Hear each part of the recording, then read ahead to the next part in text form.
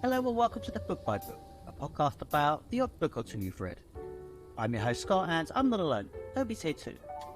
This episode, we're talking about Into the Dungeon, a choose your own path book by Harry Connor.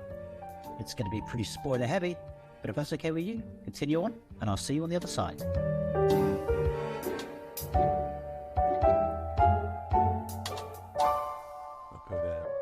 Rolling then. Yep, we're rolling, we're recording. Oh, listeners, are you in for a treat? A treat. You may notice an audio discrepancy. Shift, yeah, a bit of an echo maybe, but that's because we're in my living room, together, in person, for the first time in 4 years? 3? When did Jean get married? 4 or 5 years ago, I think. There we go, so that long.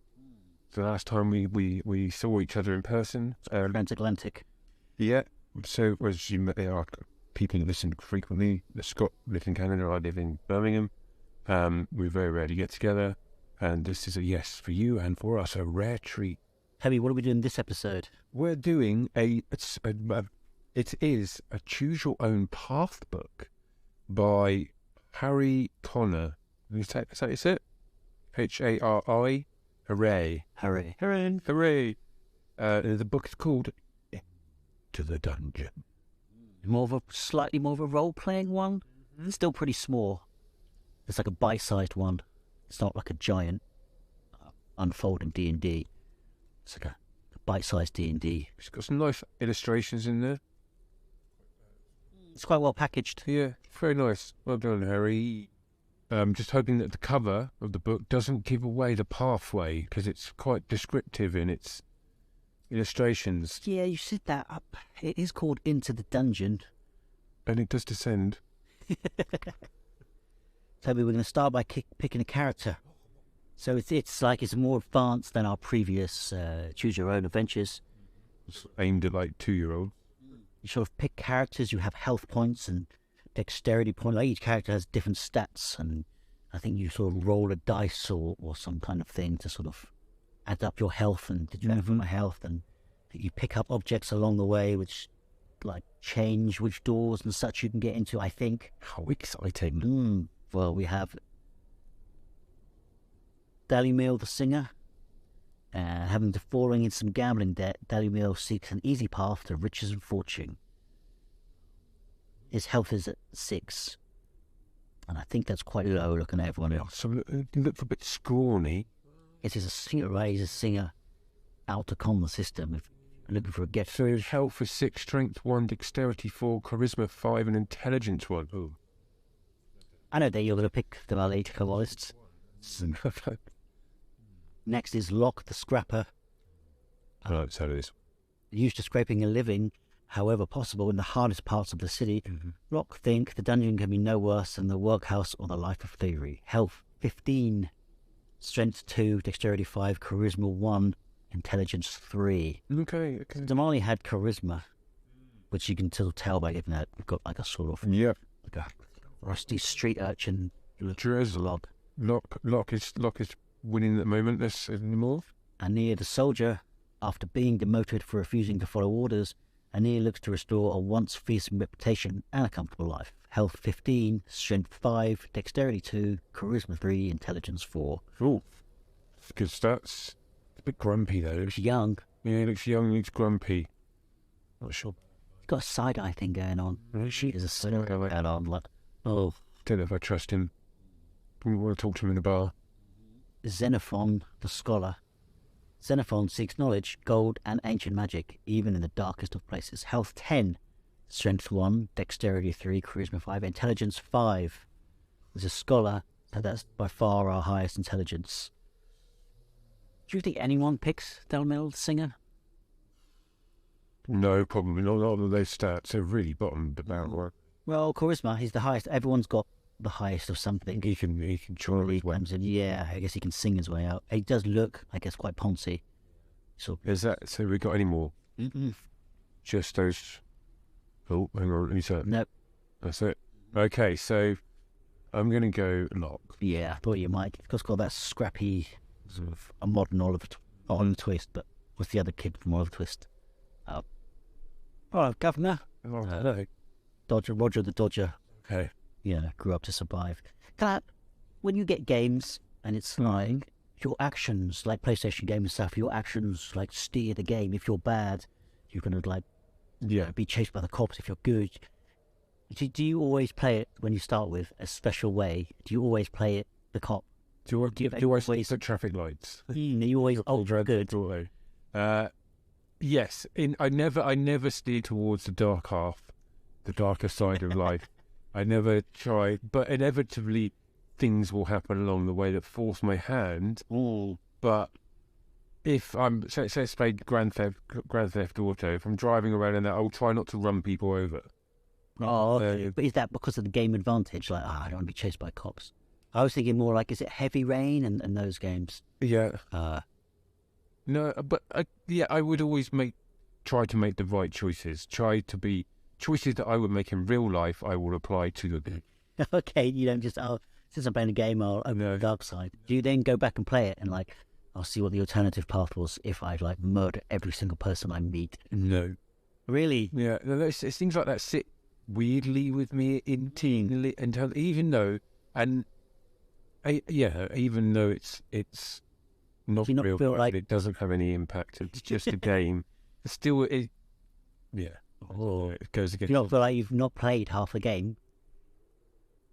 Because the ending's the ending, isn't it? It's the same no matter how you. I don't know. I thought that's the whole point of some of that. It's a journey that not. I guess often it feels like you're playing to an advantage if you're good. I think that there's a game called Life is Beautiful. I didn't play much of it, but I think early on it's like someone tries to talk to you and like Life is strange. You can just be like, loser, I don't want to talk to you, or you can be like, hi, let's be friends. Yeah. But it just feels like this person might have to give me information. Yeah. And if I'm not their friends, maybe I'm just making it hard for myself. But I want to tell them to go away, or it's like I tell them to go away, and they do. I'm like, oh no, like I person come back. Just something. Yeah, so I know exactly what you mean, but I do. I try to follow my own moral compass. And write down the stats because I think we've just health. It's 50. So my name is Lots of strengths. LOK, and I am rose-ish. Looks like you got scars on your face. Yeah, fought from the ground up. The grind is not going to be. You look young. You look like a teen. Yeah. You got a little dagger. Very raggedy. Upbound intelligence 3. 3's half a course ring. But then what's it? Well, the highest is 5. Yeah, but then health is 15. So I guess all stats are the same. They don't divide by the same. I should have got you to read this front bit because it says like it obviously it's easy. The health is a key thing, but I think it's going to start. I assume there's a reason why we have to. Like there's going to be like a door you have to sort of dive through, and dexterity won't let you do it if you have a low. But you actually have quite high dexterity. Yeah, I think you have the highest actually. I think that's your strength. Oh, actually health too. Adventure begins. The entrance. This is the place. Here at the edge of the moors stand the last ruins of what was once a castle. Huge stone blocks trace out the rooms, and spiral staircases crumble upward to nowhere. Moss and cow parsley and clover carpet the rooms and creep up the old walls. Everywhere but one last doorway. The stone arch stands intact and free of ivy and lichen that coat the other stone, as if only the rain dare touch it. A well-trodden track winds through the ruins to the archway beyond, which thick stone steps, bowed in the centre from years of footfalls, descend down into a dark passage. You see footprints in the mud heading towards the passage, but nothing coming out. The cold rain begins to fall, the wind whipping it sideways and flattening the grass and clover in waves. You think you see a distant light somewhere in the dark of the passage, and suddenly it seems terribly inviting. Determined, you take a breath and patter downward into the darkness. As you descend, the passage widens out into a room lit with faint flickering torches. Turn to page 10. We're off. Right, the thing said a good idea is to just log your pages so you can go back if you want to just back. The storeroom. You're standing in a storeroom full of stacks and boxes and the faint smell of rot. yet it seems not nearly so old as the castle above. A heavy wooden door set with gleaming brass bolts and inlays leads off to the left, and at the end of the room another passage continues downwards. Toby, we can search the storeroom, we can examine the heavy door, or we can continue downwards. We have no mission at this point. No, we're just to get out of the rig. I'm Yeah. door first, so I'm going to... I guess you are a street archer. Yeah, in my nature, I'm going to get some resources, find out what's in the store cupboard. Search the room, go to page 20. It paints a good picture so far. I liked the flattening of the grass and clovers and waves. I mean, that was... The boss and the lichen. You find several things best left behind. Alright. Good start. Bread rolls mouldering in strange colours, scraps of hide, though from what animal you cannot fathom, and a single cracked skull. But in the corner of a dusty box you come across a length of rope, a small bottle of sweet wine, and you carefully stow them away in your pockets. Beautiful. Rope and sweet wine. I guess, I was reading something about how coffee changed so much, because water wasn't really clean or purified. Alcohol was like the go-to drink. So people would wake up and get boozy because it's sort of better for your health, because I guess it distilled itself, right? And I think coffee changed that because of the boiling process, I guess. Crazy days. Turn to the heavy doorway, turn to page 34, continue downward, page 25. I think you made the right decision there, because we would have just skipped out on ropey and winey. It doesn't say, are we boozy now as a count? No, we just stow it away. Yeah, we stowed it away, stuck in how. Right, so we've got a heavy door. Mm-hmm. Or we can go down further. Mm. Well, let's look at this heavy door. Might as well explore everything while we're here. Examine the heavy door. As you look closer, you see the brass patterns of the door are vines and ornament that entwine upwards into a central insignia you do not recognize. Topped with a crown and surrounded by rich fruits and meats, you see no keyhole. We can push the door, or go back to the storeroom and go back down. Push the door? Push the door to 13. Whir and a click. The door swings inwards with an ease that doesn't seem to match its weight, and you hear the distant whir and click as a mechanism in the door frame seems to activate. You instinctively pull back as a small wooden bolt shoots downward from the gap in the ceiling above. If your dexterity is 3 or above, you withdraw your hand just in time and the bolt bounces harmlessly on the floor. If your dexterity is 2 or below, the bolt grazes the side of your arm and you take 2 hit points of damage. What's our dexterity? Our dexterity is 5, yes. Business as usual. I am speed. In either case, we were playing a game of D&D, Yeah. and you were the dungeon master. First time I've ever played. This is where we're talking years and years ago. Mm-hmm. We came to a door, Yeah. and there were options. One was listen and check for booby traps. Mm-hmm. So I did. Then I opened the door, and I got shot by a bolt because the booby trap checking wasn't sufficient enough. That feels like a con, if you ask me. And wasn't good enough. I was instantly down to 2 health points, and we just literally, that's the first thing we did, and it really ruined the rest of the game for me, because I had to just stand back because I had 2 points left. That's right, I remember. In either case, you gingerly step through the doorway with rather more care, and after a few steps see a grand bright stairway that curves away upward. The stairs are carpeted and seem lit as if from torchlight or a great chandelier above that you cannot see. On hearing nothing further, you slowly climb the steps. And page 14. Hang on, so we've just entered a building. There was ruins. Sort of. It's sort of Gone down and then gone back up. I think you're in more of a sort of castle, right? It's interesting. A bit like Narnia at the moment. The stairs climb and climb until you think you must be above ground level. As you climb, a few doors lead off to your left and right, but are all locked fast and immovable. Just when you think the staircase must be endless, it opens in the great hall. There is a long table lined with benches and a high-backed chair of plush velvet at the far end. The table is laden with foods of all kinds: venison steak, suckling pigs on beds of greens and butter, great pies and cakes and fishes and fruits, fresh eels and cheeses, bread pudding, jellies and tarts. The food steams as if brought fresh from the kitchens, and new candles flicker in silver candlesticks. But the benches lie still and empty. Tapestries hang from the walls, and on the furthest wall above the chair is a portrait of a lordly man fresh from the hunt. He is smiling benevolently from a magnificent horse, the bloody corpse of a prize deer at his feet. The room is still quiet and quite empty of people. You see no doors leading from the room. Are you ready, Toby? The scene is set. Do you like eel? Are you a sushi fan? I'm a sushi fan. I've never had eel before. Oh, I know a bit of eel. I had to stop eating it when it sort of went on the sort of endangered list. It was like, not endangered, but like there's just reports that it was being overfarmed, and it's quite expensive. Right, okay. It's a lovely bit of grilled eel. Yeah, like it. Approach the table, or unnerved, you descend back down the stairs to the storeroom and continue on downwards. This is not the treasure you seek.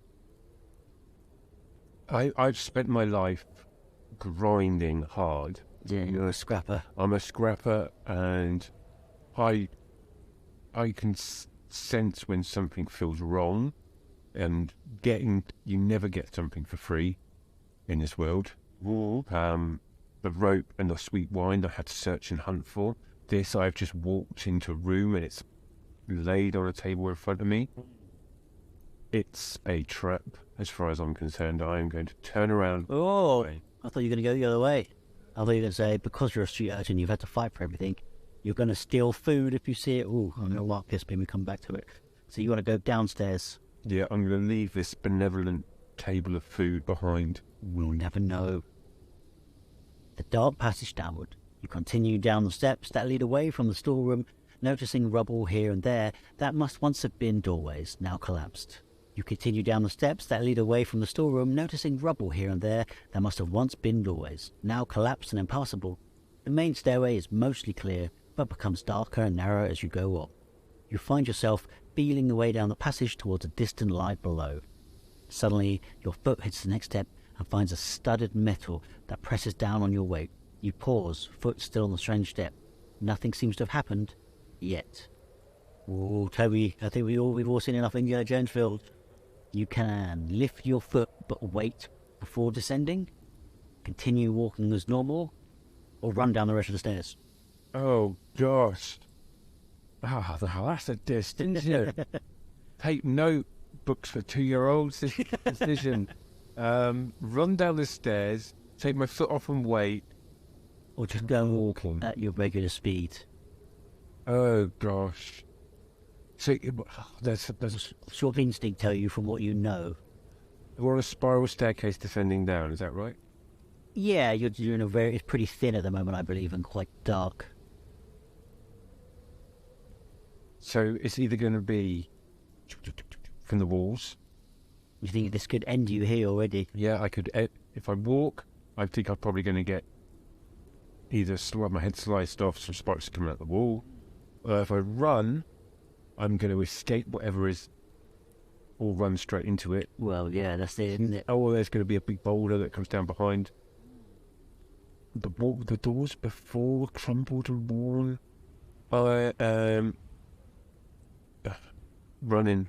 Gonna run down the rest of the stairs. Down the stairs. I've stepped on something that's most definitely some form of mechanistic trap, even though there's no sound effects for it. So yeah, I'm gonna leg it. Running down the steps, you hear a heavy thud from below, and you realise too late you're running towards the source of the noise. You emerge into a room lined with now open cages and a huge beast there waiting, taking up the whole centre of the room. Oh no! What? Oh no! Oh, come on. But you know what, listeners? If you're a gamer, Toby's been playing Elden Ring intensely, so I think he's very in this world at the moment. He runs towards the beast anyway. Yeah. In fact, he sort of like goes online to look where the beast is. He's the beast hunter. The beast slashes and bites you, and you take 2 points of damage. Oh, didn't even say hi. Damn it! Well, for 30, Did not expect that. scrabbling backward into the stairwell. The beast snaps at you but cannot reach you. You can see a door on the far side of the room leading further into the dungeon. Decide to fight the beast, turn to page 36. Focus on getting to the door on the other side of the room, turn to page 45. Interesting, because you were showing me some Elden Ring yesterday, and when you wanted you can run past things and just bypass the adventure, you know. It can be done. I haven't got a weapon. I mean, you might have a little dagger. The picture, you have a weapon. Rope, I could get it drunk on that sweet wine. In the little picture, you have a little flaming torch and a dagger. I don't know how representative it is. I think if you fight, it's not going to be a bare knuckle thing, though. I think everyone has some sort of blade. 101. Let's go against these. Let's try two of my house points with one swipe. And you can see the beast if that's going to help. Kind of has a like an Eastern look to it, no? Like a very skullish dragon. That definitely. He's been speared a couple of times. And you can just wait and see if he gets soaked. To see his little of him here. He looks kind of like a dragon. They're sort of like toffee apples. Could be a mask. It could be a mask. Yeah, I think it is a mask. No, Very reaching. I'm gonna dodge this motherfucker. We're gonna slip the action. And the page 45. Where are we? I've already made one massive mistake. I don't think.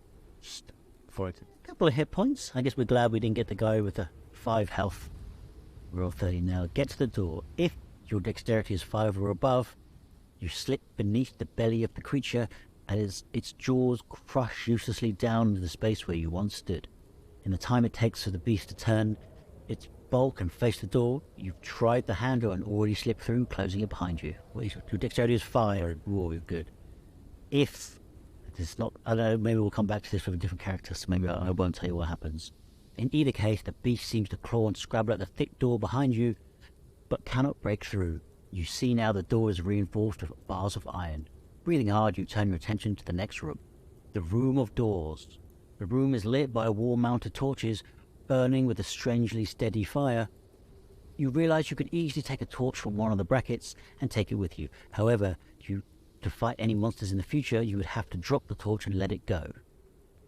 Do you take a torch from the walls and carry it with you as you continue?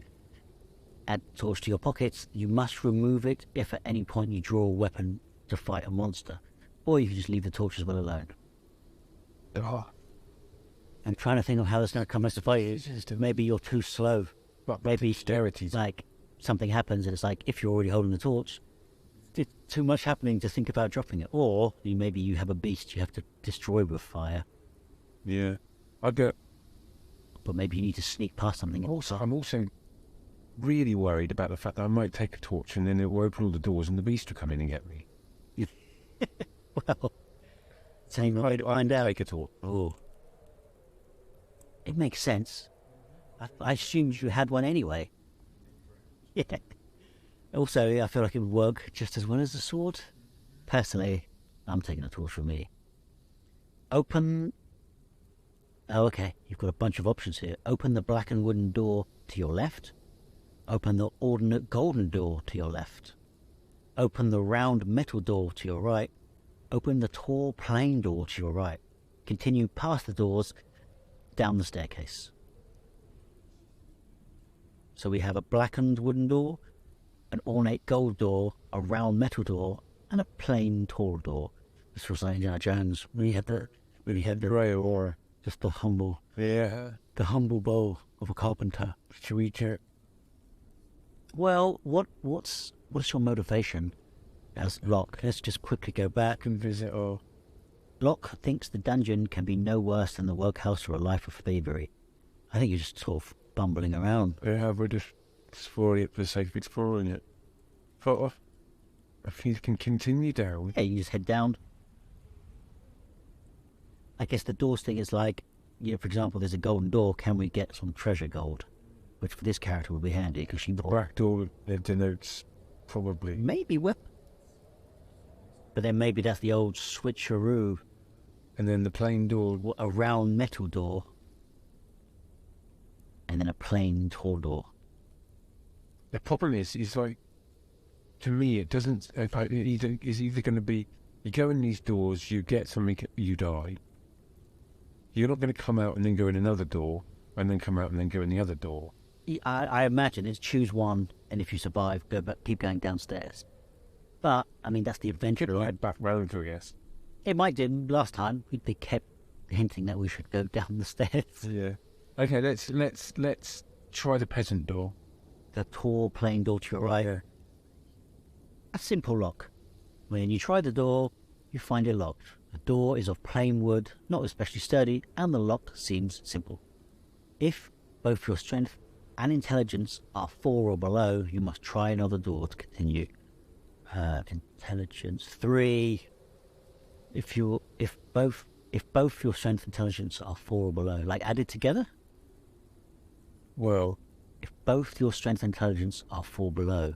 is anybody going to have 4 below 4 with strength? I mean, some people are 5, right? But I don't know if that means added up. Yeah, well, I mean, if you take the lowest of the two, is there one character that added Well, together? there's a couple. Damal the singer would have no chance of this. What added together? Mm-hmm. He's only got 1 strength and 1 intelligence. Okay, then yeah, we added. Okay, so we can go in. Yeah. Oh, hang on. If your strength is above 5, you can shove or kick it, but we're not above 5. I'm not sure what to do here. I'm confused. Because it says if both your strength and intelligence are 4 or below, you must try another door. So I think that means we should try another door, because I think it's... You either need high strength Okay. or intelligence to pick it. It's not added up. I take that back. Right. Okay. Turn to page 11, going back. So we're back to the other doors. Damn it! How embarrassing, Toby. Suddenly, The character choice. yeah, time on the streets isn't paying off. All right, well, turns out you're wrong. You can just pick up the doors until we get in one. The blackened wooden door, the ornate gold door, the round metal door, or just down the staircase. Down the staircase. Oh, no. That's page 80. Yeah, I was defeated by doors, so your soul can disappear down into the darkness. I thought. I tried. The rough-hewn stairway. The stairway downward is no longer neatly built stones, but rough and jagged, as if hewn from the rock. You step carefully, descending for what seems like a long time. Once or twice you find networks of rooms, which upon searching you find completely empty, as if already plundered. All are covered by a thick, dusting coating of dust. Their only contents now broken shackles bolted to the walls and a long rotted chair. Gosh, sounds like a complete prison. Finding nothing, I guess that's the dungeon part of it, right? Finding nothing of interest and certainly no treasures, you go down the central passageway, eventually reaching a point where 2 rough-hewn corridors branch off to your left or right. Down the left corridor, you hear a chime and a clink, as if of bells. To the right, you think you can make out the sound of muffled sobs. Ahead, the main passage continues down. So there's 3 choices here: left, right, straight. Yeah. I'm guessing that's the motif of the book, right? Like, explore as you go down. Or just go down. I'm gonna go explore. The chiming noise, or the sobs. Sobs are hot in movies, when you hear distant crying and stuff. You're out of your mind, I'll stay away. I'll go back, there's no option, I'll go back up. Well, I'd like to help people. I'm gonna try and help this person in. Well, I say person, could be a Well, no, totally. bullshit. A siren. 87. The rough, dark passageway comes to an abrupt stop. Cold up in the corner, you think you can make out a child crying. I've shown Toby the picture. It's like a black cave, like a little hole with a white glowing child. Ooh, here we go. If you are carrying a torch and have intelligence of 5 or above, no, we're 3. You can look more closely. Oh, we're carrying a torch, so we can try and help the child. We can return to the crossroads and go down another corridor with the chiming noise, or return to the crossroad and go back down. So, Well, I've come this way. I've come all this way. well, you have the torch, so you can look more closely. Firstly, with my torch. Accidentally set the child on fire. Look more closely. So the last picture was the back of the child. Bit like Gollum. Now it's the little picture of the front of the child. A melted and laid child. Yeah, it's not It's not Looping. an innocent child. Is I don't know why I thought it would be. We're in the middle of nowhere, some haunted project. Oh, someone's crying. You right, love? Hang your head. could you have? For a second, you think you see a bright ripple on what you assume were the child's hunched legs. When you bend down to get a better look at their face, you sense something a little off. Almost as if their eyes are in slightly the wrong place, as if pasted on slightly askew. One of the sobs, now you are listening closely, has a strange edge of a gurgle to it. When you see another ripple along their arm, you step back, horror creeping into your mind. Something about their movements reminds you sickeningly of a snake poised to strike. Though you are not sure what you're looking at, the one thing is certain: it is definitely not a child. Suppressing your dread, you draw your weapon, determined to fight the horror swiftly, or return swiftly to the main passage and go the other way. You can go down now. We've closed off the chiming door connection. You can basically go back and down, or just pull out and get ready to fight. Now, because of the Elder Ring, I know that you've been 200 hours. The mission is to kill the boss. It's not to get the gold. What did you call it? The percentage? What's the thing you keep calling of Elder Ring? To complete it? Platinum. The platinum. Now you're going to go platinum at the end of the dungeon and fight the knight. One of the animals on the way down there, but that was oversized and massive. Yeah, this early on, to say the end. And slimy looking thing that could be a snake, so it could have speed on its side. It's poised. It is poised. I have a dexterity of 5. Dance. I draw my sword and get ready for battle if battle is. So we have to drop the torch now. Yeah, torch down and dim. If I drop the torch, it goes dark. It's a black day. It's sort of unfolded, Toby. It's no longer looking like a child. Cow, what is that? You want to describe it? It's kind of like a collection of on ant head and Yeah, it's like mushrooms connected to it. we're supposed to see one of those minuscule bugs under like a It's like a 10 times microscope or something. Oh my god, I've really got and screwed myself here. An offer of help. When you call out to them, the figure in the corner only sobs harder, making no move. If it is a child, you think, they seem filthy and helpless. Unable to stem their flow of tears, you crouch down and stretch your hand out to the child, perhaps to comfort them or encourage them to speak. And you realise you cannot pull back. I'm on the wrong page. I was going to say, I thought I was there to fight this thing. Ignore all that. I guess that's if you just go to help the child without investigating. The figure unfurls fully into a creature that reminds you of a jellyfish or loose organs, flailing out towards you with tentacle strands of thick goo. If your dexterity is 5 or above, you dart around, dealing swift flashes to the creature and avoiding the tentacles. You seem to catch an important sack within the creature, and it deflates suddenly, letting you pull away and exit yourself from the now inert thing. You make your way quickly back to the main passage, thankfully escape with no little harm done. Your dexterity is 5.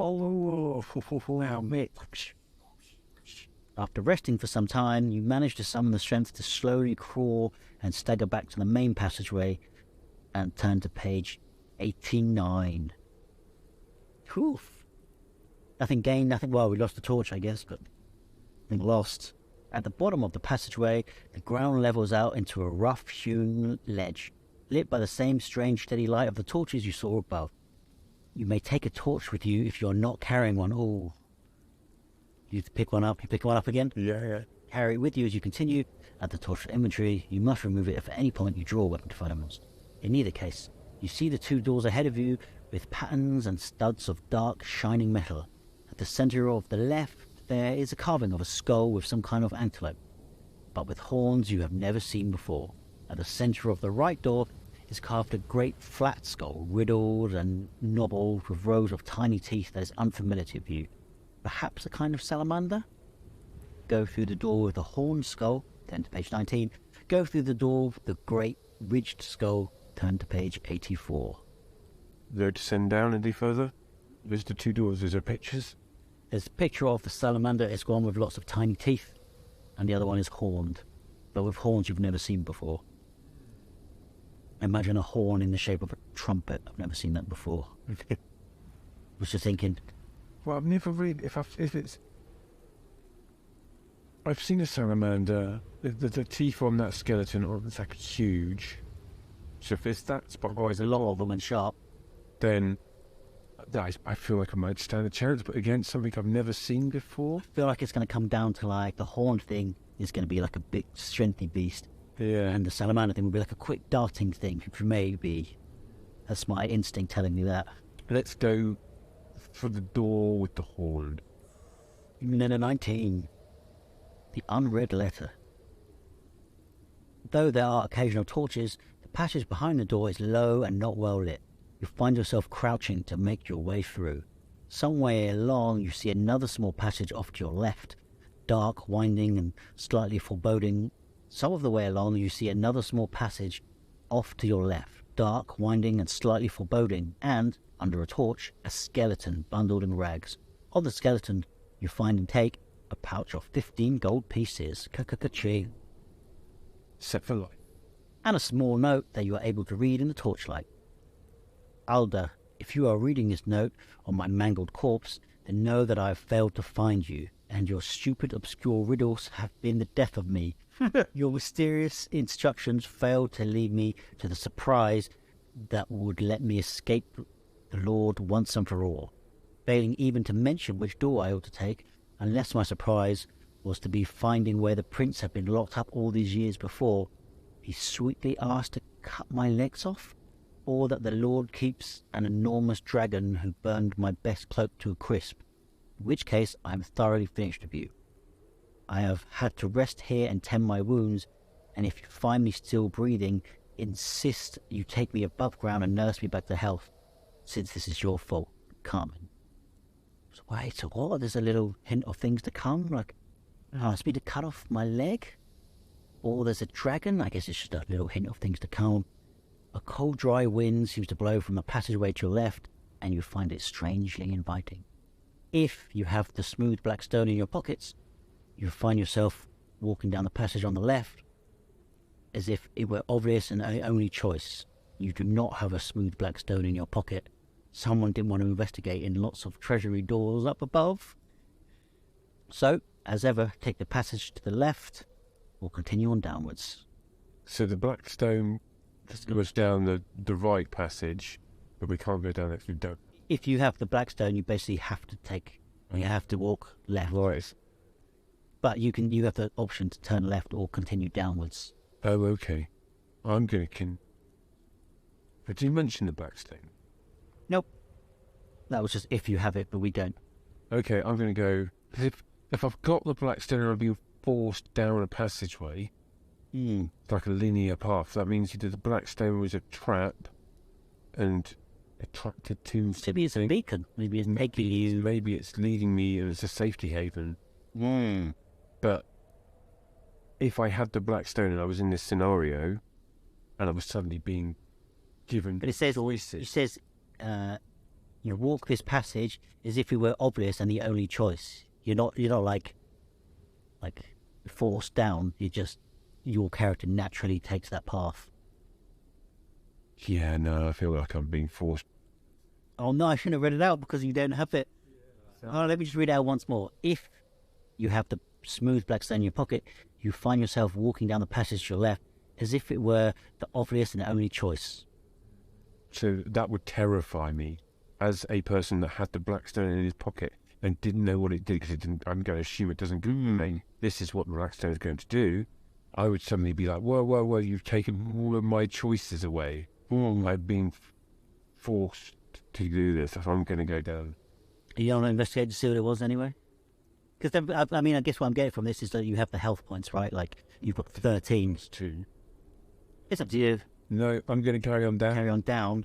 I wish I hadn't read that out now. I feel like I threw you off. No, that should... The sound of scurrying. Eventually, the passage heads downward in a steep, narrow stairway carved from the rock. You wonder how far beneath the moor you must be, and whether you have travelled some way under the ground, or whether the dungeon abides by different arcane laws that govern the distances travelled. If you are not carrying a torch, I'm not going to tell you because I don't want to influence you with Truth of Dinner because we are going. If you are carrying a torch, you hear the scurrying sound above and realize a bright flame has drawn a flurry of beetles, moths and spiders that drop from cracks in the ceilings above. Some are pale, translucent colour and much larger than their counterparts in the world above, many up to your knees. If your dexterity is 5 above, you are able to leap and dodge through the swarm and sprint down to the room below, still holding the torch without being followed. Oof! I feel like Brian making this character was a great choice. He's got me out of a lot of sticky situations. Wait until you have to charm a ghost. Then we're in trouble. Cave. Far from above you, an opening ringed with greenery lets in a shaft of daylight that casts a dim light over the wide cavern. Dust swirls in the air, and though an underground river rushes somewhere off, to your left, the cave itself is cold and still. As you step forward, a small rock bounces off the toe of your foot and plops downward into what you now see as a dark pool of water that takes up most of the cave. Peering downward, you think you see something glistening deep, deep below, and a tunnel leading away beneath the water. The water is very clear, and it's hard to tell how far down the pool goes, but you think diving for long enough to explore takes some strength. At the far end, you see a small tunnel and hear a faint sound of wind blowing through the hint of fresh air. Whoa, I don't know, because we're quite into this now, I don't know if we're sort of getting out of it. Possibly. Are we carrying a torch? Yes. If you are carrying a torch, you can toss it out over the water to try and get a quick, clear glimpse of what lies beneath the surface. Leave your heavy gold armor and cloak at the water's edge and dive to explore the pool. You can keep items in your pockets with you. Keep on your armor and keep your pockets full of gold and dive. Oh, okay, so we can dive in the water, but we have the option to empty our pockets or not. Or we can skirt around the pool and go down the tunnel. Didn't like the idea of that, did you? Well, I feel like we're skipping, maybe. At what point do you think we're skipping the adventuring? Have we just come out the other side now? But we've had a fight. We did. Yeah. We did see the beastie and a child clearly thing. So, throw the water into the water and see what's what. Throw the water into the water? Throw the torch. We can throw the torch into the water and see what's what. Yeah. We can empty our pockets and go for a swim, or we can keep our pockets full and go for a swim, or we can skip this. Right, I'm not going to go in with full pockets, but even though I've only got wide in a row. You got some 15 gold. I'm wondering if it's like, okay, we can't come back, so we just dished our stuff for no reason, but maybe we can't swim properly with it, obviously. I'm worried that we'll sink. We can throw the torch in. Yeah, that's what I'm going to do, throw the torch in. Yeah, see what's what. Yeah. Because there's light in there. An arc of light. Thinking you will have little use of it in the water, you throw the strange torch in a high arc out across the pool. It barely flickers as it flies through the air, the flame seeming to dance while giving out a steady and wavering light. The first you see is very little, but the cave roof. Then the torch plunges into the water and remains illuminated. The flame seems to grow green and pale, still burning as it sinks down into the water. You clearly see a dark box, half hidden under the slit, deep at the bottom of the pool, and a tunnel extending away beneath the water to another cavern. At the bottom of the pool you see cave fish skeletons, not rotted away from age, but eaten and torn by sharp teeth, discarded with bits of white bloated flesh still attached. You back against the wall of the cave a little and see movement. A gaunt, finned creature, a little larger than a person, swimming down to the torch. They move their head from side to side, squinting at the bright light, then cautiously grab the handle, taking the torch with them, back into the tunnel until the light disappears. In the torchlight, you saw their pale eyes shrivel, the spines of their hands and points of their teeth, and wonder whether more creatures occupy the deeper cavern. Leave your heavy gold armor and cloak at the water's edge and dive into the pool to explore. Keep your armor on and dive in to explore. Skid around the pool and make your way down the tunnel. So on here, we've got an eel-like humanoid mermaidy. Yeah, there's some sort of mermaid Texturing thing now with fire. with a flame torch. The was I mean, yeah, maybe the flame light we can see where she is. I'm thinking maybe it's distracted it enough. You scared it off. There is a chunk down there. We haven't gained much fortune so far. You have 15 gold pieces. Okay, I'm going to go into the water fully dressed. Oh! Keep your armor on and pockets full of gold and dive to explore the pool, page 37. Is this a stupid idea? But it's the torn. I don't think... This metal might protect me against the wrap. Jungle page we were just at? Did you figure further down? Yeah. A sinking feeling. You try to swim on, but slowly realise you may be sinking. Your head feels very light now and you desperately need to breathe. Dazed, you look around in the blackness, but the dim light now seems the same in all directions. You struggle to see which way leads to the surface. Before you know what's happened, you've taken an involuntary breath and you feel cold water rush into your lungs as the world seems to fade around you. Your final thought is how close you came to escaping this place before the darkness overcomes you. Your journey ends here.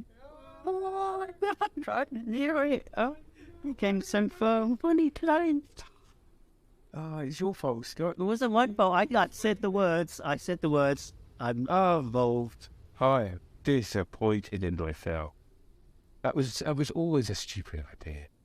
Well, we got pretty far.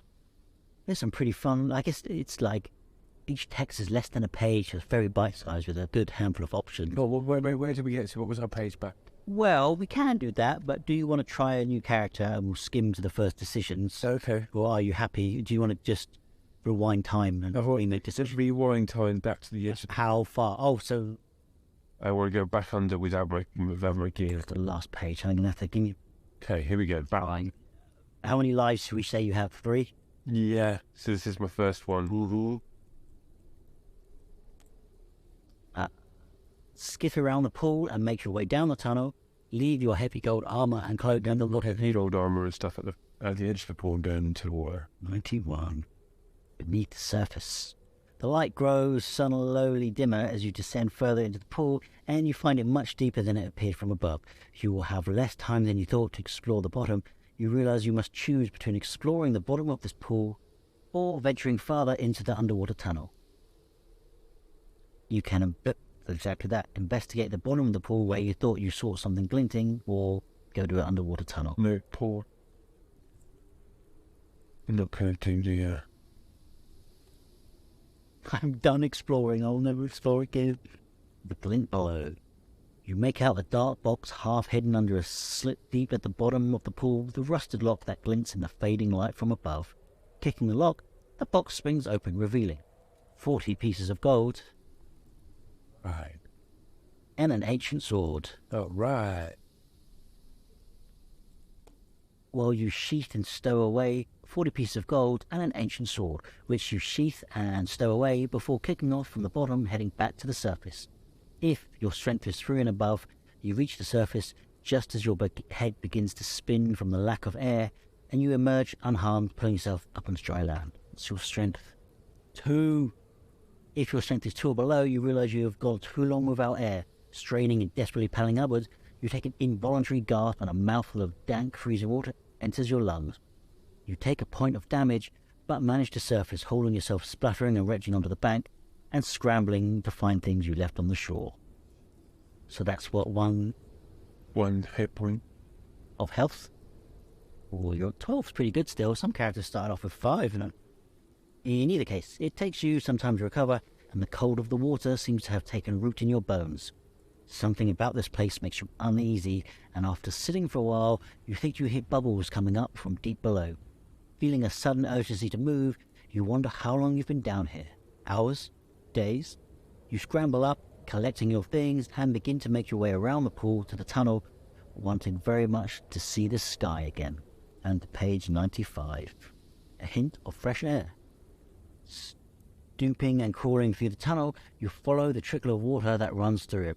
The air begins to feel warmer and fresher in your lungs, and after a short while you emerge into a bright daylight on what you recognize as a rocky beach some miles from the archway where you first came in.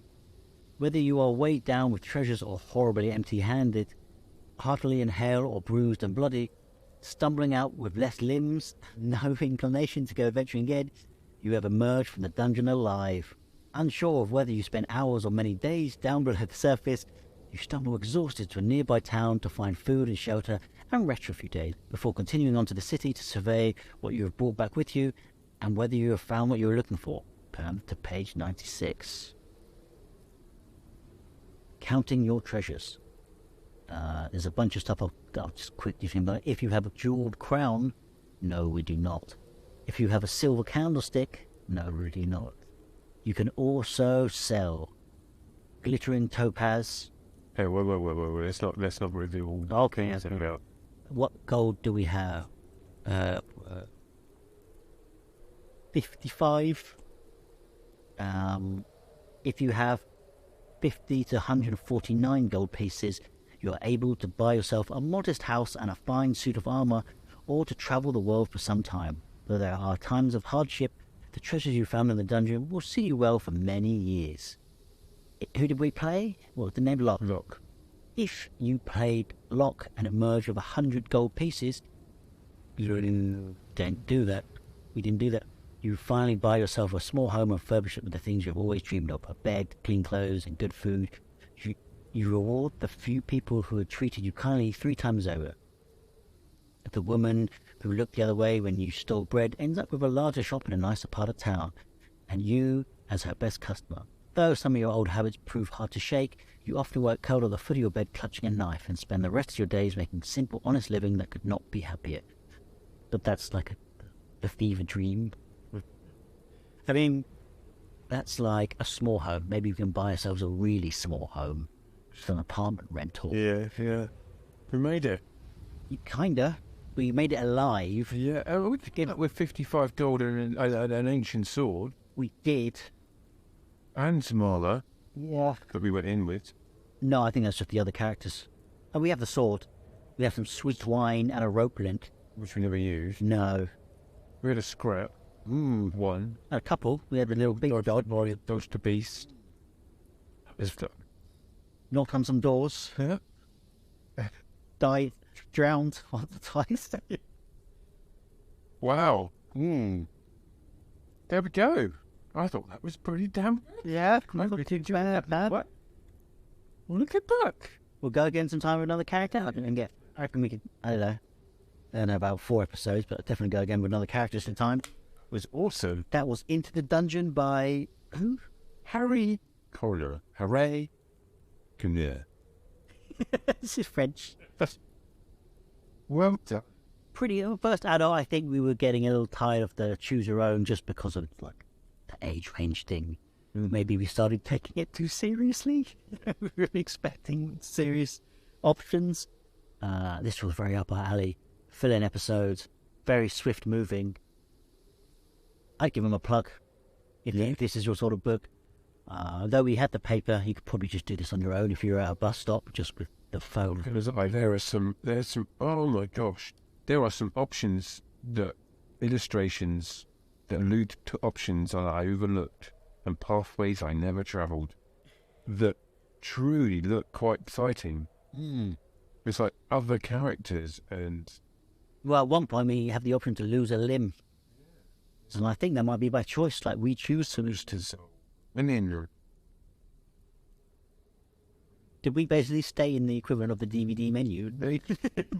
Yeah, that's it. We kind of the most adventuring ever. Bypassed it all. What's for this? And this is the roll your own. I think you can roll your own character. Pages. Health 20, dexterity 20, damage 20. You walk through the intelligence 20. Like, you ever played Doom and you have the cheat mode where you can just walk through walls and stuff, and it's like, it's fun for a while, but like, it's sort of no point. That was very, very entertaining. Ironically yawning as you say that line, but it's early for us here, late night listeners. Very entertaining, good work. Did they have more? Of this series? I have no idea. I don't remember where I saw this. The back had like pictures of other books, it looked like, on the inside. Oh no, there's like, oh! No, this is just the makers. Hello, we made this. just examples of their art. There is a little bingo thing to see if we got 4 in a row. Our character didn't make it? Yes. Took money from a skeleton? Yes. Slay a dungeon creature? Yes. No, yeah. You said a little child? Go down the river? No. Give a monster wine? Oh, we could have used the wine. Collect 150 gold? No. Receive a stat increase? No. Get trapped in a dungeon forever? No. I think I'm just ruining other options for it. Gosh, there's some really, get a stat increase. There's a labyrinth somewhere. We did successfully run from a dungeon creature. Survived the dungeon. Did we avoid a trap? Sort of. Mm-hmm. But I don't know if we avoided it. We just had the dexterity to get out of the way, right? What be interesting to know is what happened if I'd taken the food on that big table. Ooh, will I sneak to it? If we can find it, will be back. What? Maybe. Page 14. Okay, we're going all the way back to the dinner table, if you remember that looks. The empty hall. Approach the table. Okay, so we can approach the table or unearth, you descend back down the stairs to the storeroom. I'm going to unearth him. No, I'm going to approach the table and let's pinch some food. Let's do the immoral. Okay, but I'm going to continue with our stats from where we were when we left the game. Approach the table. Food smells delicious and you find yourself unable to recall when you last ate. A bowl of shiny apples sits right at the edge of the table. You take a step forward. They look crisp and sweet. When did you last eat an apple that looked so good? You find you have picked up the apple and have it in your hand. It seems solid and ordinary. If your intelligence is 3 or below, you find yourself unable to resist taking a bite. Turn to page 26. Would be an apple, wouldn't it? The ultimate trickery. Fall asleep and end up in a prison cell. The Lord of Mirth and Merriment. You bite down and the food is delicious, the greatest thing you have ever tasted. You see now that the tables are full of ordinary merry guests, eating and drinking, and always had been.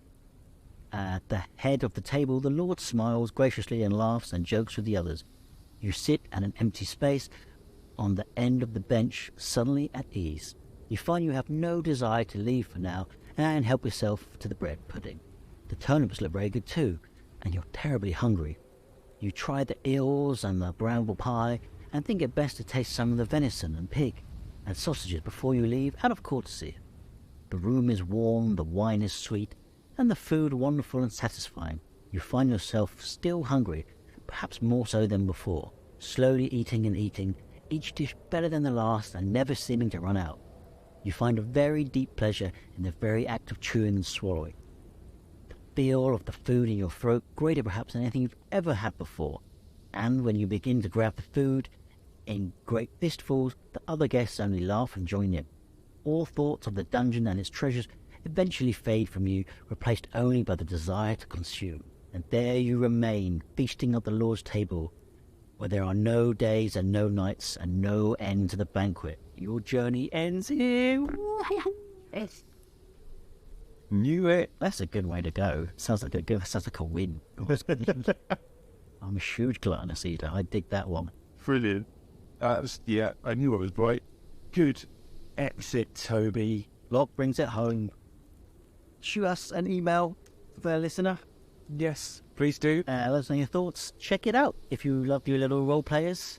Into the Dungeon, a Choose Your Own Path book by Harry Connor. I have no idea where I got this, so I'll just take a stab and say available on Amazon and other sort of sites, gaming shops. Yep, definitely one of the better ones that we've read. Well, yeah, Kate didn't read the word here. Most enjoyable. Good work. Thanks very much. Bye. Hurrah! Good night. I could sign off if we're missing a sign off somehow, but I don't know if we have. just fade it down. Yeah, because normally we're doing stuff. Should we just